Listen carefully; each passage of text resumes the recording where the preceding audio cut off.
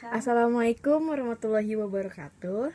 Di video kali ini saya akan memaparkan tentang presentasi mata kuliah Bumi dan Antariksa.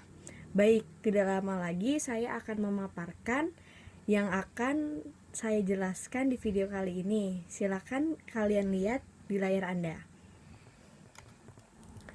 Bumi dan Antariksa. Kali ini kelompok saya akan membahas tentang tata surya. Kelompok saya terdiri dari Meli Wulandari, Kaufifa Rizky, dan saya sendiri, Putri Oktavia. Kami adalah mahasiswi jurusan PGSD dari Universitas Trilogi. Baik, saya tidak usah lama-lama lagi, saya akan masuk ke materi berikutnya. Baik, pengertian mengenai tentang tata surya. Tata surya adalah kumpulan benda langit yang terdiri atas sebuah bintang yang disebut matahari dan semua objek yang terkait oleh gaya gravitasinya. Nah, objek-objek tersebut termasuk 8 buah planet yang sudah diketahui dengan orbit berbentuk elips, 5 planet kerdil atau katai, 173 satelit alami yang telah diidentifikasi, dan jutaan benda langit meteor, asteroid, komet, dan lainnya. Slide ini menjelaskan tentang kaidah hukum mekanika sistem dalam tata surya. Yang pertama, ada hukum Kepler. Pengertian dari hukum Kepler itu sendiri yaitu di mana pada kaidah tersebut hukum Kepler pada sistem tata surya yang massa totalnya planet dan satelit jauh lebih kecil dari massa matahari, maka pengaruh antar planet dapat diabaikan untuk kalkulasi orbit yang tidak terlalu teliti. Lalu yang kedua, hukum Titius-Bot.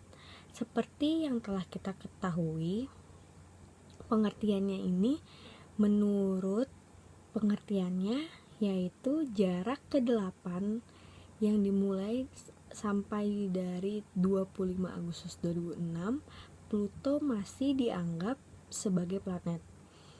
Tetapi planet berkisar antara 0,4 untuk Merkurius dan sekitar 40 untuk Pluto. Ini pada abad ke-18.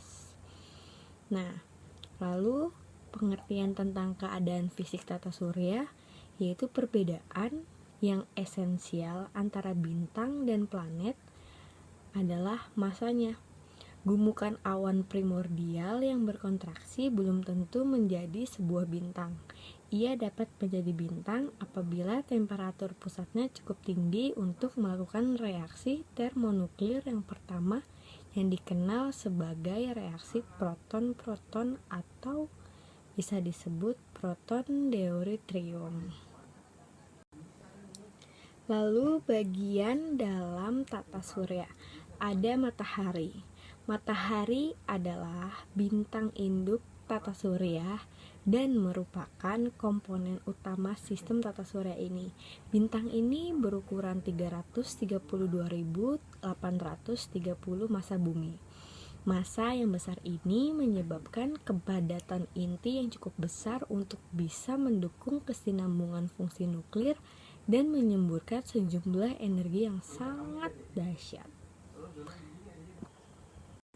Nah, ada apa aja sih macam-macam tata surya? Yuk kita lihat ke slide berikutnya. Tata surya bagian dalam.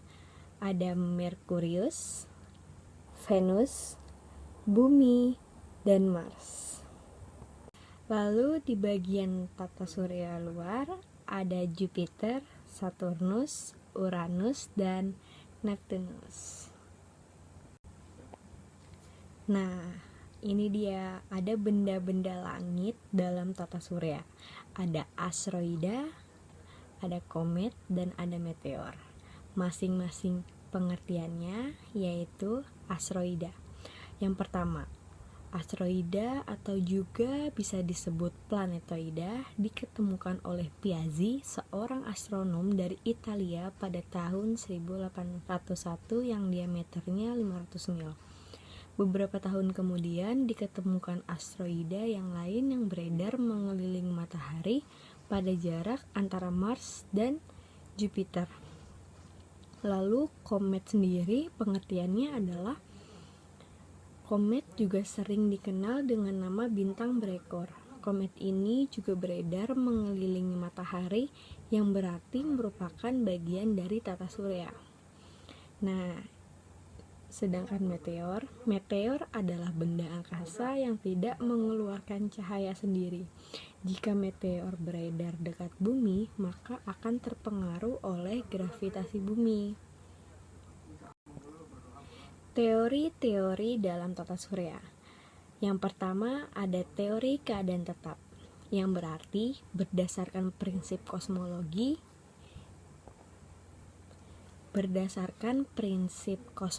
sempurna yang menyatakan bahwa alam semesta dimanapun dan bagaimanapun selalu sama. Berdasarkan prinsip tersebut, alam semesta terjadi pada suatu saat tertentu yang telah lalu dan segala sesuatu di alam semesta selalu tetap sama, walaupun galaksi-galaksi yang saling bergerak menjauhi satu sama lain. Nah, untuk teori yang kedua, yaitu teori dentuman besar.